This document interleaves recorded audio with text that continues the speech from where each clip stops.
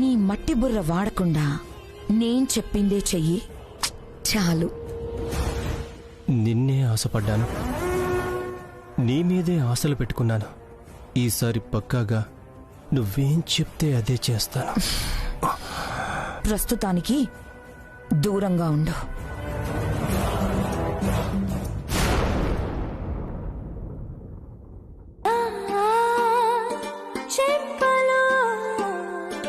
కొత్త ఎరుపు రంగు పుట్టినే నువ్వు నన్ను చూసినప్పుడే.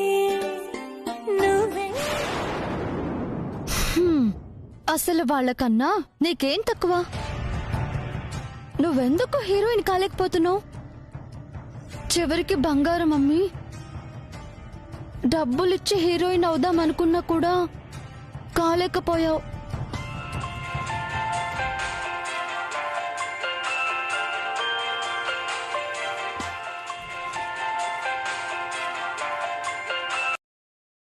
హలో, ఏం చేస్తున్నావు సియా?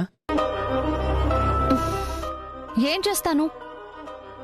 టీవీలో హీరోయిన్ ని చూస్తూ నేనెందుకు కాలేకపోయానని ఏడుస్తున్నాను.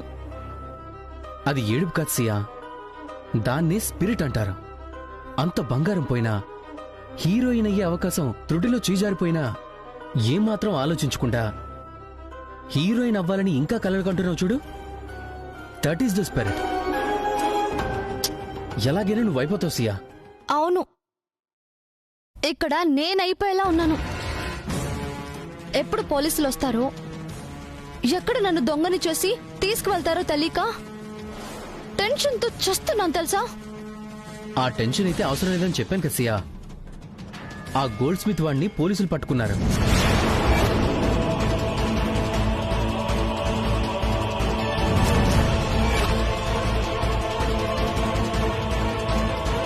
పట్టుకున్నారా? మరి టెన్షన్ లేదంటావేంటి? చెప్పేది విను. మనం ఎవరో వాడికి తెలియదు కాబట్టి ఎంత అడిగినా మన గురించి ఏమీ చెప్పలేకపోయాడు. కాబట్టి నీ దగ్గరికి ఏ పోలీసులు రారు. నువ్వు దేనికి భయపడాల్సిన పనిలేదు సియా.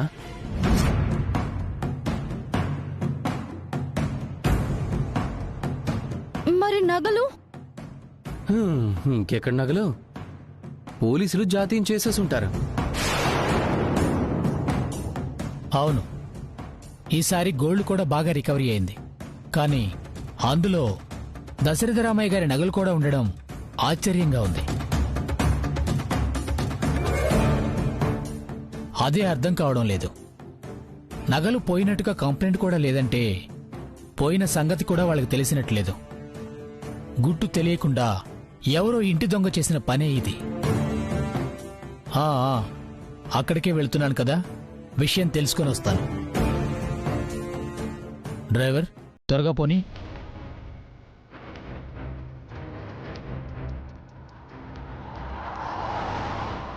పనిలో పనిగా ఈ నగల పేరు చెప్పి దశరథరామయ్య గారి కోడల్ని ఇంటరాగేట్ చేసి సరిగ్గా నాతో గొడవపడ్డ టైంలో పెళ్లి మండపంలో ఎలా ఉందో అడగాలి. అయినా అదెలా సాధ్యం? ఒకే టైంలో 2 చోట్ల ఉండడం ఆవిడకేమన్నా మంత్రాలు మాయలు వచ్చా? హే, త్వరగా పోనీ పోనీ.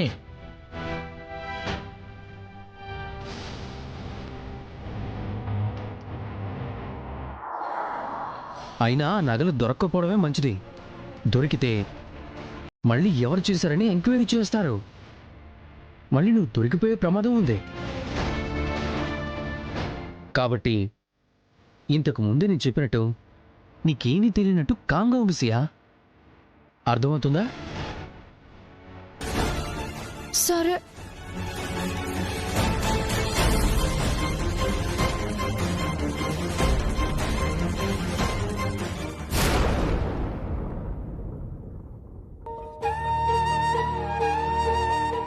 నా పెద్ద కూతురికైతే ఏమీ చెప్పాల్సిన అవసరం లేదమ్మా. అన్ని బాధలు తెలుసు, బాధ్యతలు తెలుసు. నీలాంటి బిడ్డకి తండ్రిని అనిపించుకోవటానికి నేనెప్పుడూ గర్వపడుతూనే ఉంటాను. ఇప్పుడు నా బిడ్డ జీవితం బావగారి చేతుల్లోనే ఉంది. మంచి సంబంధం కుదిరి ఒక అయ్య చేతిలో పెడితే అదే చాలు.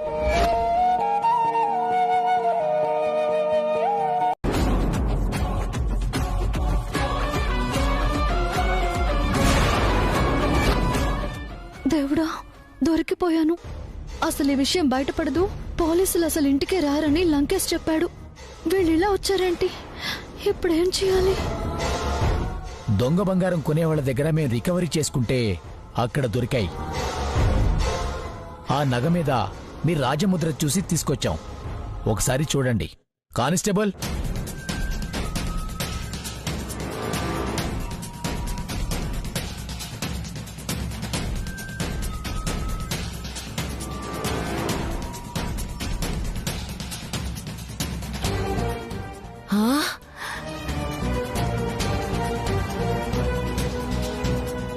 ఇవి మనవేరా? తరతరాలుగా వస్తున్న మన వారసత్వపు నగలు.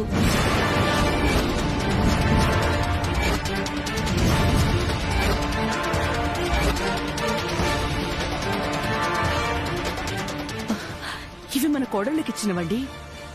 వీటిని ఎవరు దొంగిలించారు, ఎప్పుడు దొంగిలించారు?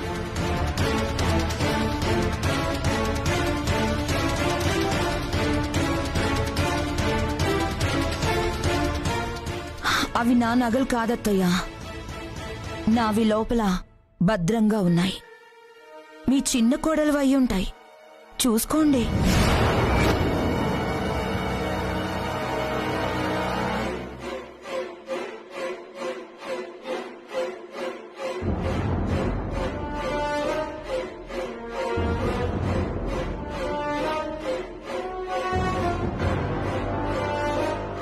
అవును, ఇవి సియాకిచ్చినవే.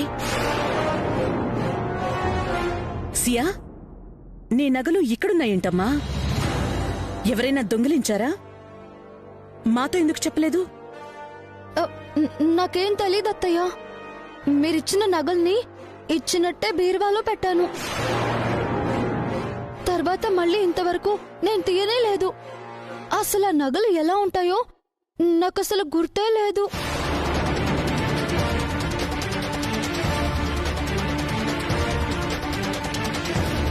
నీ నగలు బీరువాలోనే ఉంటే ఇక్కడికెలా వచ్చాయమ్మా? ఏమో తెలీదు బామ్మగారు.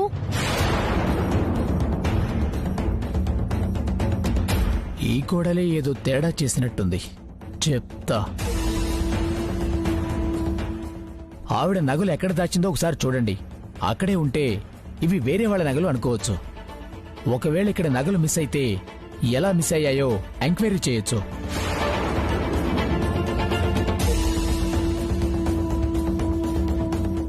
సరే, చూద్దాం పద రూంలోకి.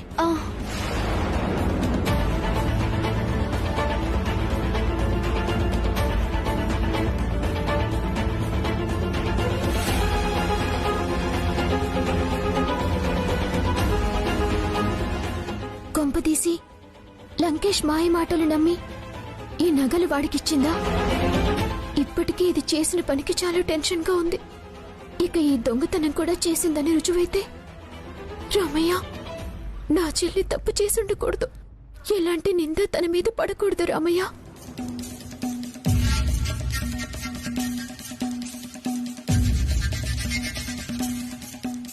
అమ్మయ్యా, సమయానికి సీఏ వచ్చాడు. నా టాపిక్ డైవర్ట్ అయిపోయింది.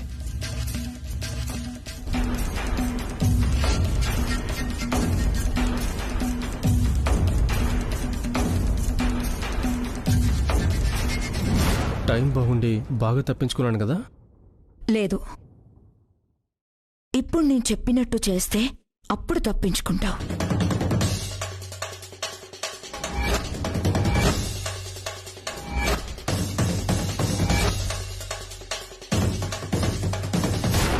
అది మ్యాటర్.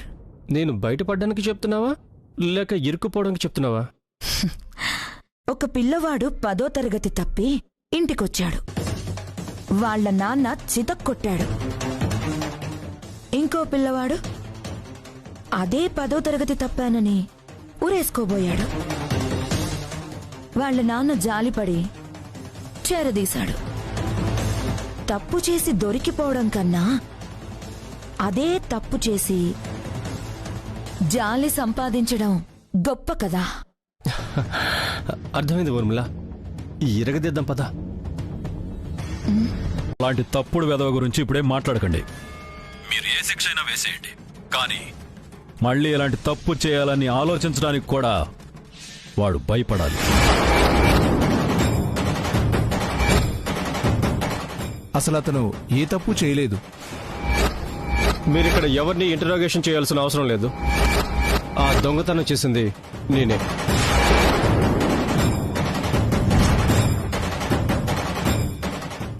ఏం మాట్లాడుతున్నారు సిఐ గారు? అవును దశరథరామయ్య గారు, దొంగ బంగారం కొన్న వాళ్ళని ఎంక్వైరీ చేస్తే ఇతనికి ఆ దొంగతనానికి ఏ సంబంధం లేదని తేలింది. దొంగతనం చేసింది ఎవరు? వాడెందుకు ఒప్పుకున్నాడు?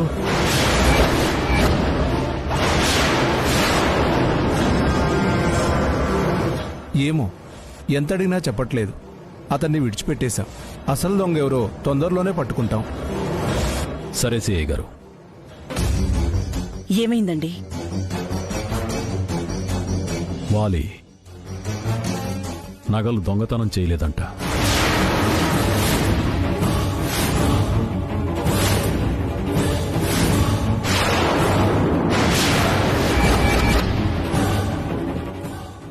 వాలి దొంగతనం తన నెత్తిన వేసుకున్నాడు, నేను తప్పించుకున్నాను అంటే మళ్ళీ ఇలా జరిగిందేంటి?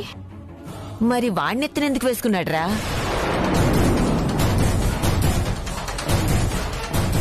అదిగో వస్తున్నాడు.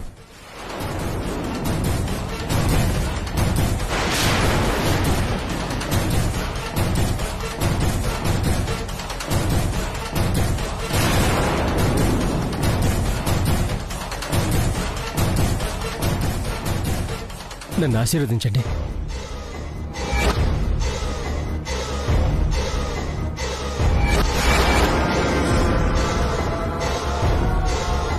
పెదనాన్న, ఏర్పాట్లన్నీ బాగానే జరిగాయి కదా?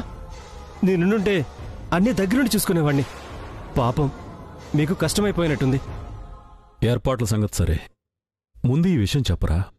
ఇప్పుడే సిఐ గారు ఫోన్ చేశారు.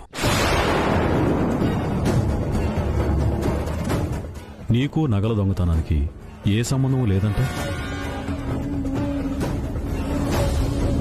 మరి ఎందుకురా నీ మీద దొంగతనం వేసుకున్నావు?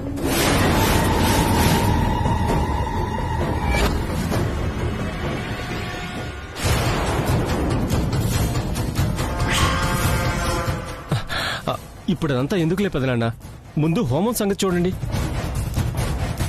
రేయ్, చెప్తావా లేదా? నువ్వింత వెదవ పని చేస్తావని నిన్నటి నుంచి మేమెంత బాధపడుతున్నావో తెలుసా?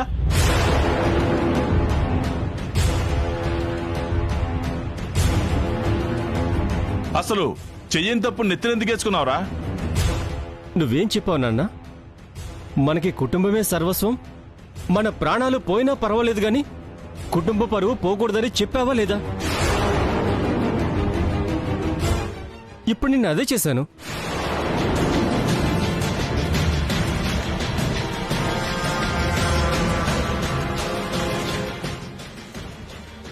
నగలు పోయాయని పోలీసులు మన ఇంట్లో ఆడవాళ్ళని ప్రశ్నించబోయారు పెదనాన్న. అదే జరిగితే మన ఇంటి పరువు పోతుందా లేదా?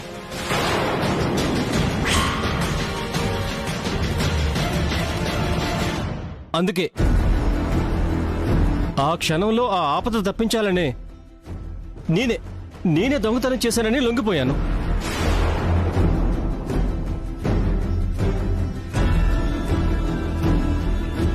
అందుకని నువ్వు జైలుకెళ్తావా? ఈ మాట అప్పుడే చెప్పుంటే ఏ ఇంట్రాగేషన్ అవసరం లేదని పంపించేసేవాణ్ణి. నిజంగా పరువు కోసం ఆలోచించి నింద నెత్తిన వేసుకున్నాడా, లేకపోతే వేరే కారణం ఏమైనా ఉందా? ఇప్పుడు మళ్ళీ అసలు దొంగ ఎవరని ఎంక్వైరీ చేస్తారు. అసలే ఆ సిఐకి నా మీద రకరకాల అనుమానాలున్నాయి. దొరికిపోతానేమో. మరి నువ్వు నాన్నగారి గదిలోకి ఎందుకు వెళ్ళావురా? ఎందుకంటే ఆ రోజు మీరందరూ గుడికి వెళ్లారు కదా, నేను హాల్లో ఉన్నాను. పెదనాన్న గదిలోంచి ఏదో కింద పడ్డ శబ్దం. కంగారుగా లోపలికి వెళ్లి చూస్తే పిల్లి ఆ బీరువా మీద నుంచి దూకింది. పైనున్న సూట్ కేసులు అన్నీ కింద పడ్డాయి. అన్నీ సర్ది బయటికి వస్తుంటే అంజీ చూసి నన్ను అపార్థం చేసుకున్నాడు. మరప్పుడే ఎందుకు చెప్పలేదురా? ఏం చెప్పను పెద్దమ్మా, ఒకప్పుడు తప్పులు చేసిన వాడినే కదా. ఇప్పుడు ఎంత మారినా ఆ తప్పులే గుర్తొచ్చి చెప్పింది నమ్మరని మౌనంగా ఉండిపోయా.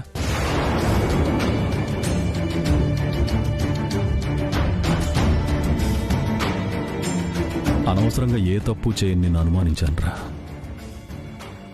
కొంచెం ఆలోచించుండాల్సిందే. పోన్లేరా, పోయిన బంగారము దొరికింది, వీడు బంగారం అని తేలింది, అది చాలు.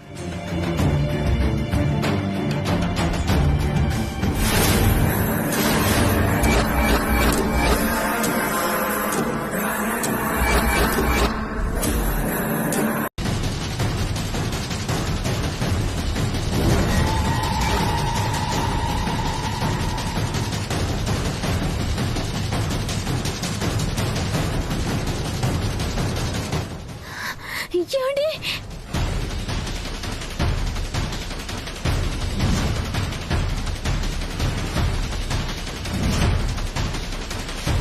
ఏమండి?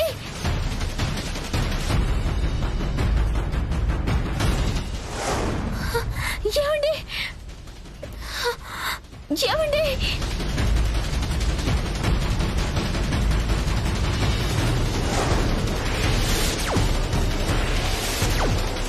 అప్పటికే దేవాంశ్ లోపలికి వెళ్తాడు. వెనకాలే వైదేహి కూడా వెళ్తుంది.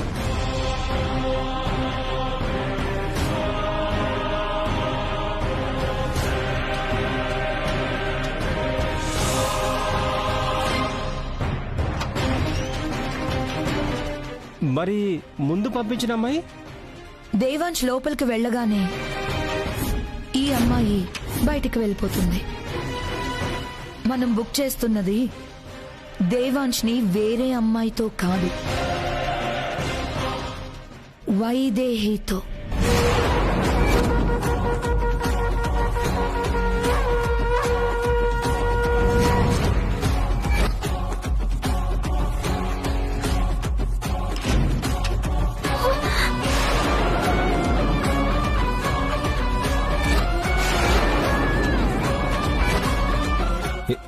వైదేహి,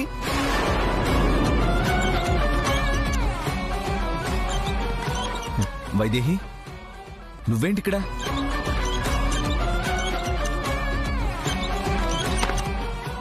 రై, ఎవర్రా?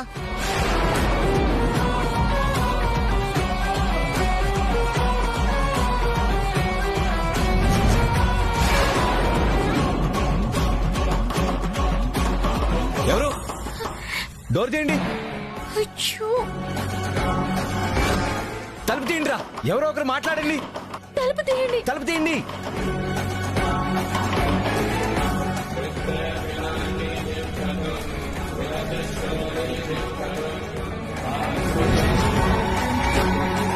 ఏమండి, ఏం జరిగిందంటే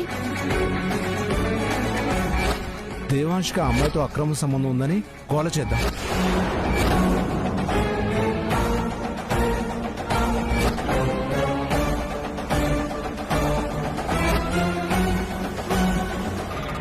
నన్ను ఇలా ఇరికించాల్సిన అవసరం ఎవరికుంది?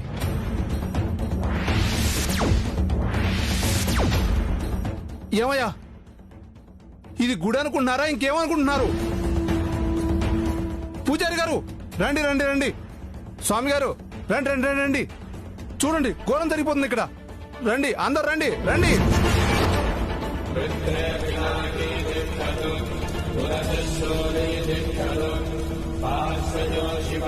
రండి రండి అందరు రండి. ఘోరం జరిగిపోతుంది ఇక్కడ. రండి రండి. ఏమైందయ్యా? చూడండి, ఘోరం జరిగిపోతుంది ఇక్కడ. ఏమైంది? రండి రండి రండి రండి. ఏమైందయ్యా? ఏమైంది? ఏమైందా? ఎవరో ఒక అమ్మాయి అబ్బాయి గదిలోకి వెళ్ళి తలుపులేసుకున్నారు. రామ రామ రామ. ఎవరో గాని చాలా పక్కాగా ప్లాన్ చేశారు. ఏమయ్యా, దశరథరామయ్య గారు గుళ్ళో ఉన్నారు కదా, పిలిపించి పంచాయతీ పెట్టించండి. అయ్యో, అంతా నా వల్లే. వాళ్ళు చెప్పింది విని లోపలికొచ్చాను. బయట నుంచే హెచ్చరించుండాల్సింది. ఇప్పుడు ఇదంతా నిజమని నమ్ముతారు. వెళ్ళి దశరథరామయ్య తీసుకురా, వెళ్ళు. ఏమైందయ్యా? మీ మీద అనవసరమైన నింద మొత్తం నా వల్లే. నువ్వేం చేస్తావు వైదేహి? నన్ను ఈ ఆపద నుంచి కాపాడాలని చూసావు. అయినా మనం ఏ తప్పు చేయలేదు కదా. అంతా దేవుడే చూసుకుంటాడు.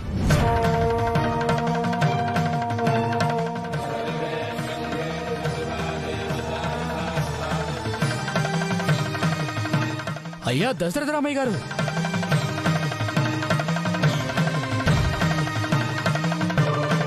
ఏమైంది?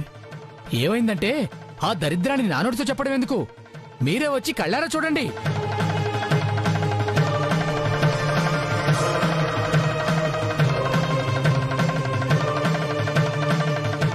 హోమం జరుగుతోందండి, విషయం ఏంటో చెప్పండి. బాబు, ఇలాంటి హోమాలు ఎన్ని చేసినా వచ్చే పుణ్యం అక్కడ జరిగే ఒక పాపంతో తుడుచుకుపోతుంది. దశరథ రామయ్య గారు, మీరొక్కసారి వచ్చి చూడండి. అలాంటి వాళ్ళకి ఏ శిక్ష వేస్తారో వేయండి. రండి చూడండి.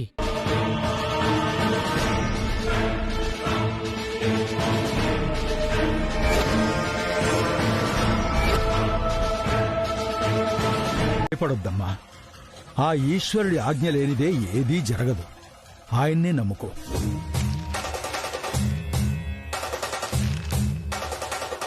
కానీ ఇప్పుడు ఈ బాధ్యతలు మోసే పరిస్థితి నీది కాదు. ఈ ముహూర్తం దాటనివ్వద్దు. తర్వాత ఏదీ నీ చేతిలో ఉండకపోవచ్చు.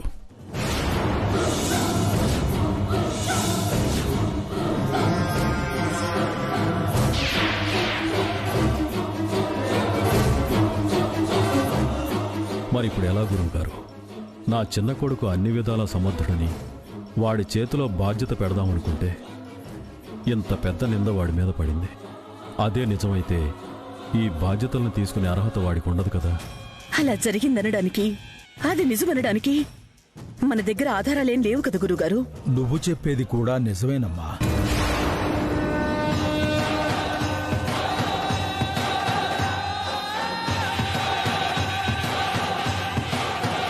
ఏం చెయ్యాలో పాలుపోవడం లేదు గురువుగారు. మీరే ఏదో ఒకటి సెలవివ్వండి. ఏది ధర్మమో ఏది అధర్మమో నేను చెప్పగలను. కానీ న్యాయాన్ని నిర్ణయించాల్సింది మాత్రం నువ్వే. రేపటి వరకు సమయం ఉంది కదా, బాగా ఆలోచించుకో. రాత్రికి నీకే పరిష్కారం దొరుకుతుంది. గురువుగారు, మీ ఆశీర్వాదం ఏది పలికిస్తే దానికే కట్టుబడి ఉంటాను. సెలవు. శుభం భూయాత్.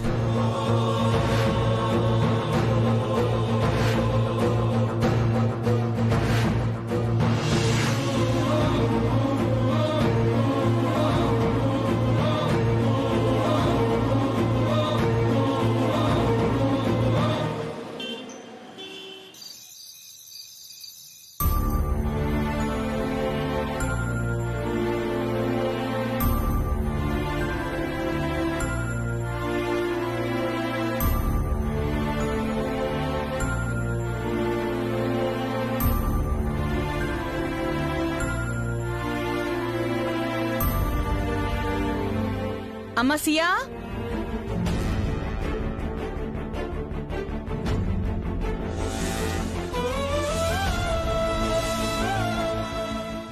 సియా,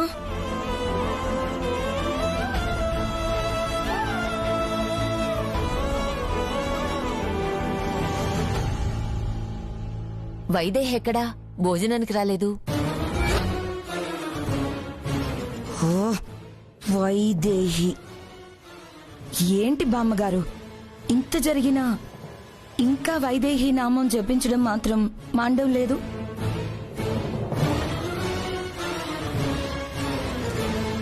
ఇప్పుడేమైంది? ఆ అమ్మాయి ఏం చేసింది? ఇంత జరిగాక కూడా ఇంకా ఏం చేసిందని అడుగుతున్నారేంటి బామ్మగారు? ఈ రోజు ఇంత జరగడానికి వైదేహి కారణం కాదు.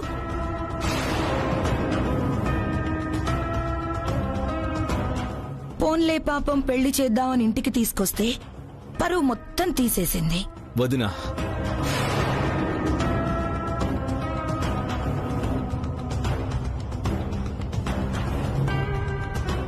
జరిగిన దాంట్లో వైదేహి తప్పేం లేదు. తన గురించి తప్పుగా మాట్లాడుతూ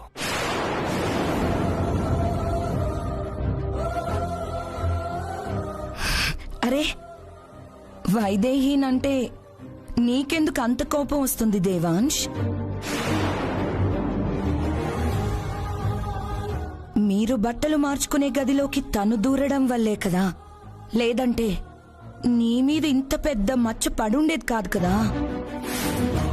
నీకే పట్టాభిషేకం జరిగేది కదా. దీనంతటికీ కారణం వైదేహియే. చాలు వదినా, అక్కడేం జరిగిందో క్లియర్గా చెప్పాక కూడా ఇంకా వైదేహిదే తప్పంటే ఏమనాలి? దేవాంశ్, లేకపోతే ఏంటమ్మా? ఇదంతా ఎవరో కావాలని నా మీద మచ్చ వేయడానికి చేశారని చెప్పాను కదా. ఒకవేళ వైదేహి అక్కడికి రాకపోయినా వేరే అమ్మాయి ఉండుండేది. ఇదే మచ్చ నా మీద ఇలాగే పడుండేది.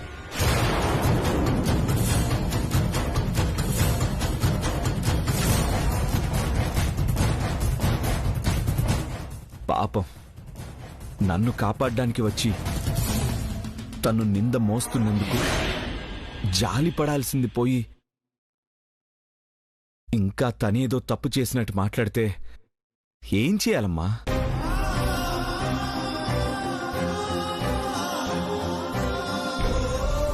చూడండి, నేను చెప్పింది మీరెవ్వరూ నమ్మకపోయినా పర్వాలేదు.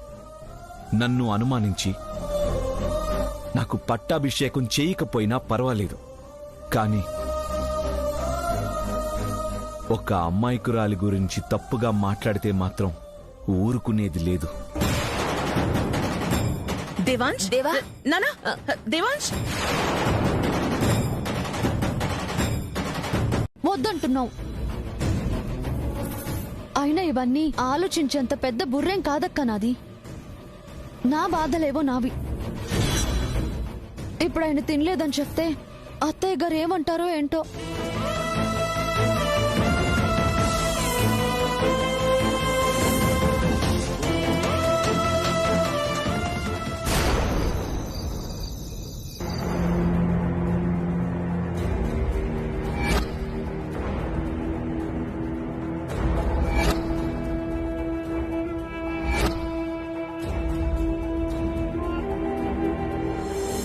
అందరి దృష్టిలో దేవాంశ్ వైదేహీలు తప్పు చేసినట్టే, దేవాంశ్ అర్హత కోల్పోయినట్టే. ఏది అధర్మమో నేను చెప్పగలను, కానీ న్యాయాన్ని నిర్ణయించాల్సింది మాత్రం నువ్వే.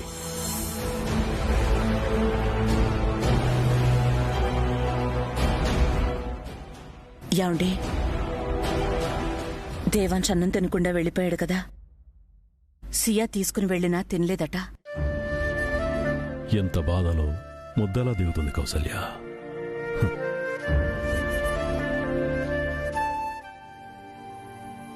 నువ్వు సరిగ్గా తిన్నావా చెప్పు? పోనీ ఇంట్లో ఎవరైనా సరిగ్గా తిన్నారా? ఇక వాడి పరిస్థితి ఎలా ఉంటుంది?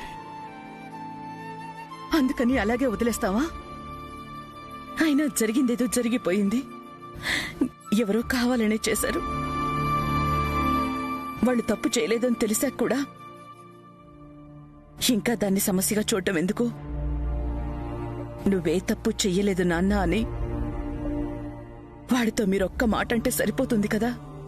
నాకు అలాగే అనాలనిపించింది కౌసల్య.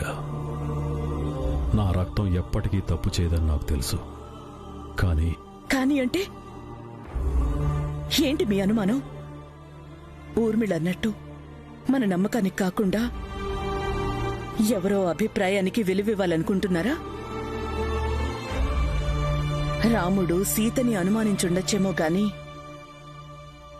దశరథుడు రాముణ్ణి అనుమానించలేదండి.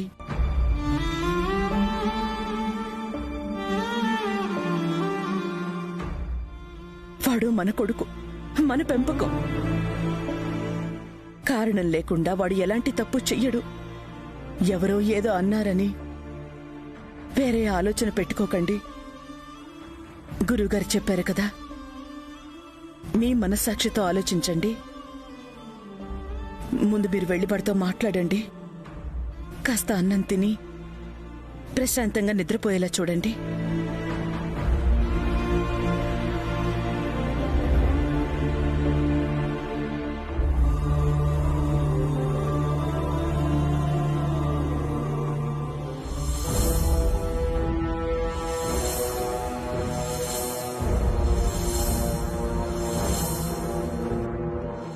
వైదేహీనంటే నీకెందుకు అంత కోపం వస్తుంది దేవాంశ్?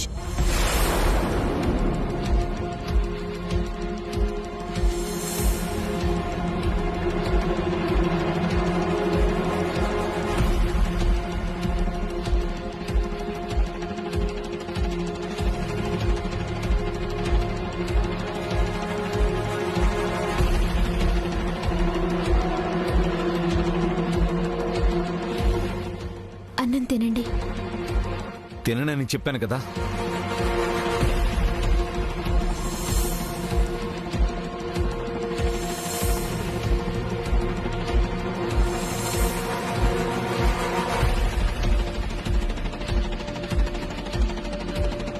అన్నం తినండి. ఒక్కసారి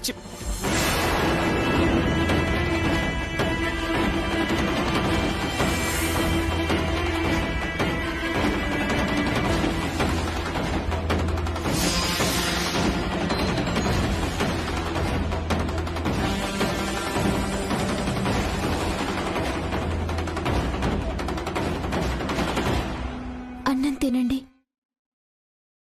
నాకు ఆకలి లేదు వైదేహి. మనసుకి కడుపుకి ముడిపెడితే ప్రతి మనిషి తన జీవిత కాలంలో సగం రోజులు పస్తులతోనే గడపాలి. బాధదారి బాధదే, ఆకలిదారి ఆకలిదే. తినండి.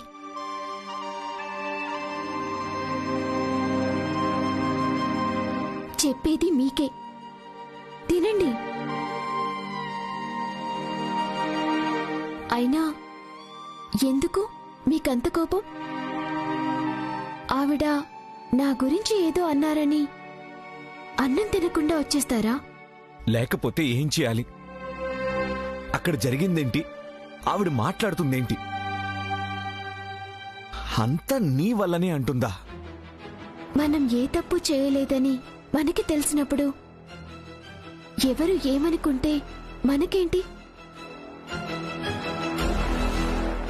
మనకి సంబంధం లేనట్టు మౌనంగా ఉండాలే కాని ఏమాత్రం స్పందించినా వాళ్ళ అభిప్రాయాలకి విలువ ఇచ్చినట్టే, వాళ్ళ అనుమానాన్ని నిజం చేసినట్టే.